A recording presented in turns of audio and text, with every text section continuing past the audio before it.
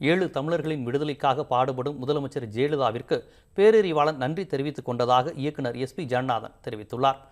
முன்னாள் பிரதமர் ராஜீவ்காந்தி கொலை வழக்கில் தண்டனை பெற்ற பேரறிவாளன் உள்ளிட்ட 7 பேரும் ஆயுள் தண்டனை அனுபவித்து வருகின்றனர். வரும் சனிக்கிழமையோடு அவர்கள் சிறையில் அடைக்கப்பட்டு 25 ஆண்டுகள் நிறைவடைகின்றன. அதனையொட்டி வேலூர் கோட்டையிலிருந்து சென்னை கோட்டை வரை வாகன பேரணி நடத்த 7 தமிழர்களுக்கான விடுதலை கூட்டு இயக்கம் அழைப்பு விடுத்துள்ளது. இந்நிலையில் இயக்குனர் எஸ்பி ஜனநாதன் பேரறிவாளனின் தாயார் அற்புதம்மாளுடன் வேலூர் மத்திய சிறைக்கு சென்று பேரறிவாளனை சந்தித்தார். பின் செய்தியாளர்களிடம் பேசிய ஜனநாதன் பேரறிவாளன் தனது சுயசரிதையை புத்தகமாக எழுதி வருவதாக தெரிவித்தார். 7 பேரின் விடுதலைக்காக பாடுபட்டு வரும் முதலமைச்சர் ஜெயலலிதாவிற்கு பேரறிவாளன் நன்றி தெரிவித்துக் கொள்வதாகவும் எஸ்பி ஜனநாதன் கூறினார்.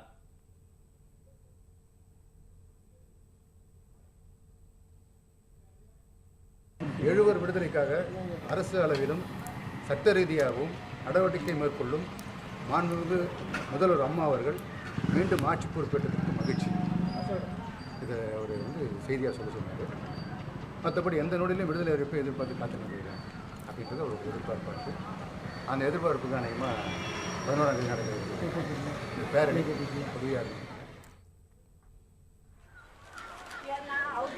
தொடர்ந்து செய்தியாளர்களை சந்தித்த பேரறிவாளனின் தாயார் அற்புதம்மாள் பேரறிவாளன் உள்ளிட்ட 7 பேரை விடுவிக்க வலியுறுத்தி நடக்கும் வாகன பேரணியில் எந்த அரசியல் சாயமும் பூசப்படக்கூடாது என்றும் இந்த பேரணியில் கலந்து கொள்ளும் அனைவரும் மிகுந்த பாதுகாப்புடன் ஹெல்மெட் அணிந்து பங்கு பெற வேண்டும் என்றும் பேரறிவாளன் தெரிவித்ததாக கூறினார்.